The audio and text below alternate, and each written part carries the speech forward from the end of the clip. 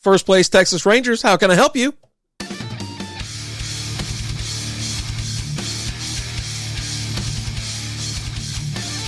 That is right. Hello in column. Super excited. Oh, my goodness. I hope everybody caught the game tonight. I'm coming a little bit hot. Super hot. Let's go Rangers is all I'm going to say right now to start the show off with. But let's do this before we go any further. You know I always have a little something. Just a little touch to enjoy my Sunday night. Monday morning, for everyone driving in, Revolver Brewing Hard Seltzer Ranch Water. This is a hard seltzer made with agave, salt, and natural flavors. Now, there's a little bit more on their website, so if you want me to read it, I will. I'm going to do it anyways. 4.8% alcohol by volume, 110 calories, 2 carbs. This Western staple has been enjoyed on ranches throughout Texas countryside and is now ready to drink on your favorite patio. Sparkling with bright citrus notes of lime along with subtle tequila flavors and a crisp finish. This dressed-up drink is all you'll ever need to get through those long Texas days. There you go. Not a sponsor, but we always have a little something here. There we go. How about those Rangers? Oh, sitting down on the couch tonight. You know, we had the dog and the grandkids over and the kiddies, and just sitting there hanging out with my old buddy Pinky and kids going ape-ass and whatever. I'm just trying to watch the Ranger game, and it's a hell of a doozy. They had the Astros. They actually had to go to the Astros, go down to Houston. Let me take a sip real quick. Oh, that's good.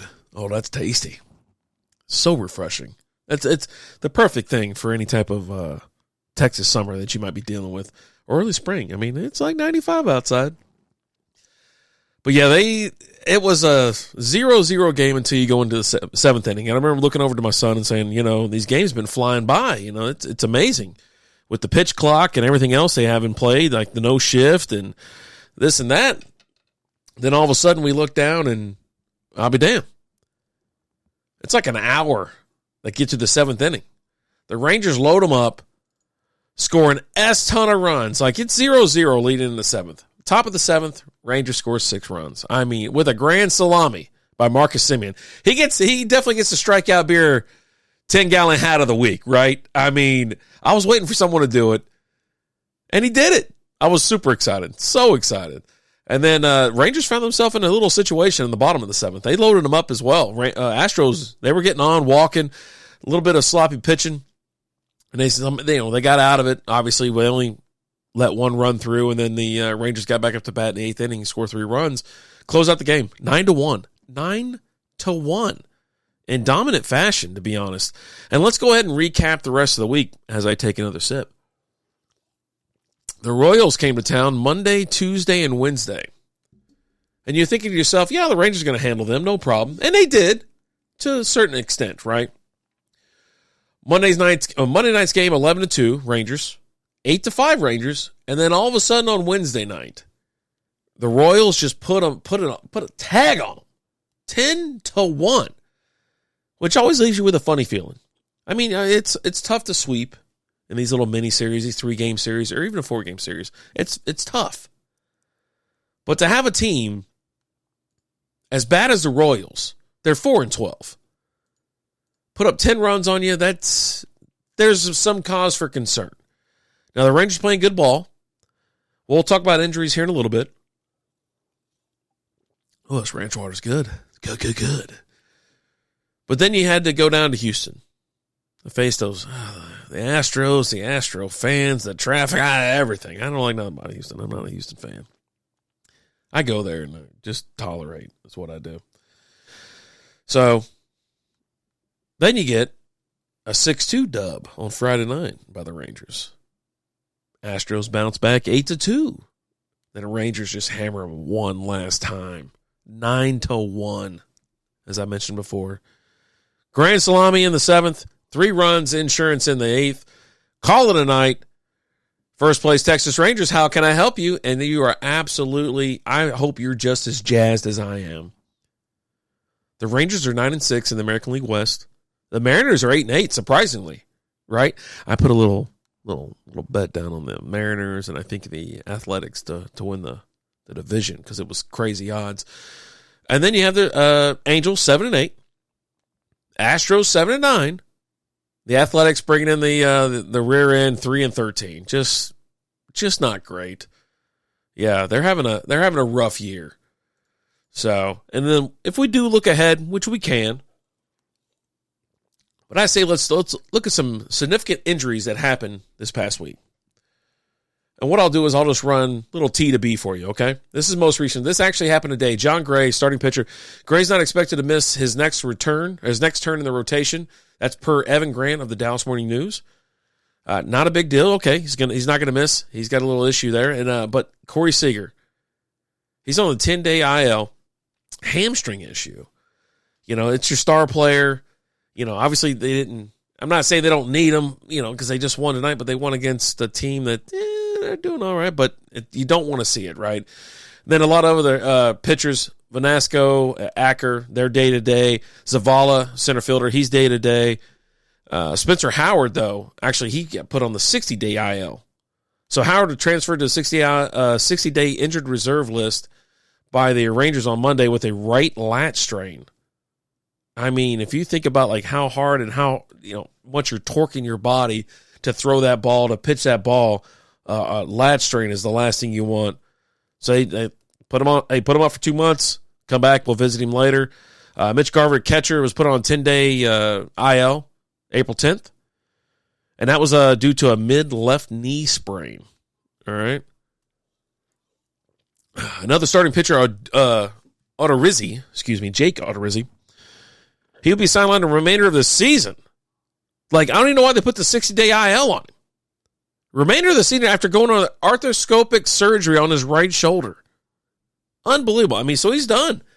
I mean, can you not just, listen, I don't know every single rule about baseball and about you're going to put somebody on a 60-day injured reserve or, the injured list and things like that.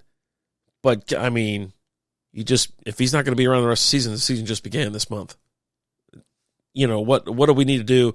And maybe I'll look into it. Maybe I'll look into why exactly it goes on the 60 and not just, hey, all right, we'll see you next year, right? So who knows? But not a bad list. Baseball's a hell of a season, 162 games. It's a marathon, obviously. We talked about that before. Your biggest concern, I think, is Seager right now. Just hope he gets that quad, the hamstring. It's a leg injury, from what I'm understanding. Just need to get him back to get him in the starting lineup and get him in the field. You definitely want. He's a great defensive player as well, and we'll go from there. Again, ranch water, not bad. I don't know if this is my first ranch water, but I've had 10 claws and 4 Miller Lights tonight, and this thing's just, man, giving me life. Just so refreshing. All right. So the Rangers have slowed down quite a bit with their home runs. I'm going to give you, I like dingers, so we're going to go through the list. T to B. Garcia still has, he's got 3. Garver's got 2. Heim has 2. Jung has 2. Lowe has 2. Simeon has 2. One of them's a grand slam. Grossman has 1, Miller 1, and Sager has 1.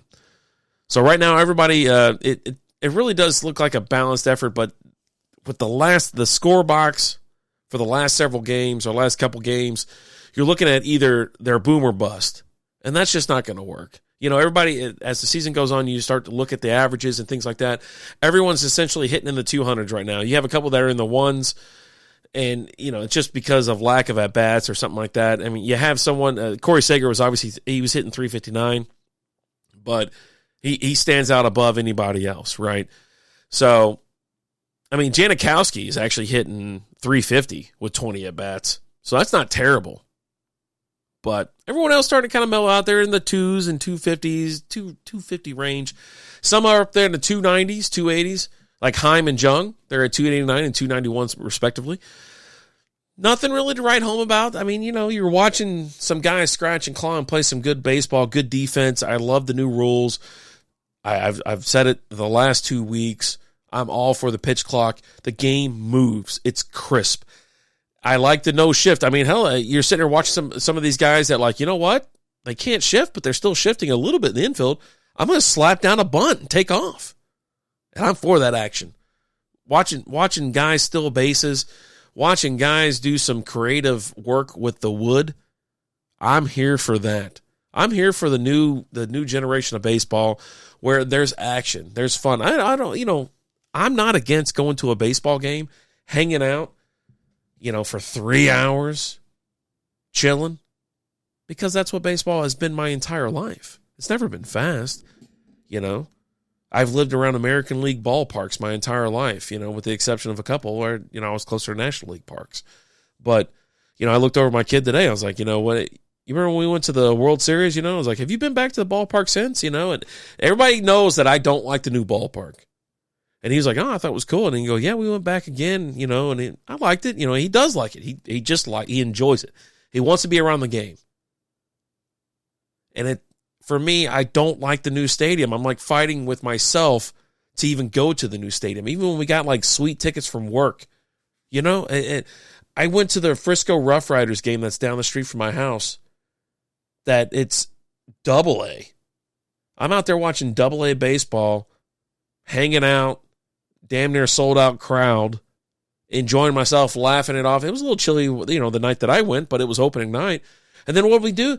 They asked us to come down there. Hey, everybody, come on down to the field. We're having a fireworks celebration. So me, Lizzie, Austin, and Maddie are out there in like left field, laying down on the grass and just looking up, watching a fireworks display. And you know what? Took me 10 minutes to get home. Parking cost me like $5. I could have parked in the parking lot where the mall was and walked across the street.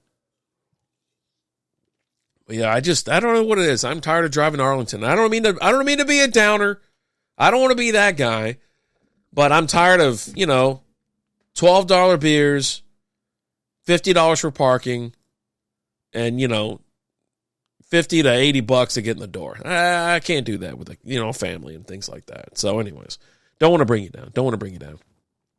So again, the Rangers, they took care of business tonight against the hated Houston Astros. I meant to pull this up real quick. All right, let's do what's coming up, okay? So the Rangers have the Royals. Actually, the Texas Rangers going to the Royals. They got a 3-game set starting tomorrow. You have Monday, Tuesday, and Wednesday. They're going to be in Kansas City, right? I mean, let's go. If we're like, money line betting here, I'm going to take the Rangers for the next 3 games. There's no way. I think that the Royals are anywhere near. The Royals are 4-12, people. Come on. Now, I have to look a little bit to see how they do at home and how they do on the road. But as I'm scrolling and I'm looking here, they're not great. They're just not great. But what are you going to do, right? I know our buddy Old School, he talks about them as well, and he's like, yeah, they're not what they once were. I mean, they had a hell of a run, I think, like 10 years ago. Well, 6-7 years ago, if I'm not mistaken. So anyways, they got the Royals 4-12. Rangers are heading up there to face them, and then they're right back home on Friday against the Oakland Athletics. Friday, Saturday, and Sunday. You got a 7:05, 6:05, and a 1:35 pitch there. Sunday game sounds interesting. I might roll out for that. I bet you I can score some good tickets on that.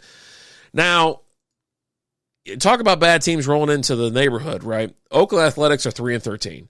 This is prime time for the Rangers to just put the foot down, get a hell of a lead, and keep going in the AL West. You're talking about a team that's 4-12 and a team that's 3-13. There's no bigger time to pounce than now. Like, absolutely. Get going. Don't look back, and let's just stay ahead. I'm telling you, it's a marathon, but you got to keep your foot on the gas. You have to take advantage of the time that you have against bad teams, and they're bad teams. They are not good. So I hope the Rangers pull out. Not to say they're going to sweep, but like I say every single time, win 2 out of 3. Just win 2 out of 3. Now there's some teams that you should sweep, and you absolutely should. I'm going to talk about this next week because I'm not going to talk about it now, but they're going to Cincinnati to play the Reds the following week. And then they got the Yanks coming to town. That's going to be a great show. That's going to be fun to talk about. And, I'll probably end up going to 1 or 2 Yankee games while they're here just because my wife is a massive Yankees fan, and I love going to those games.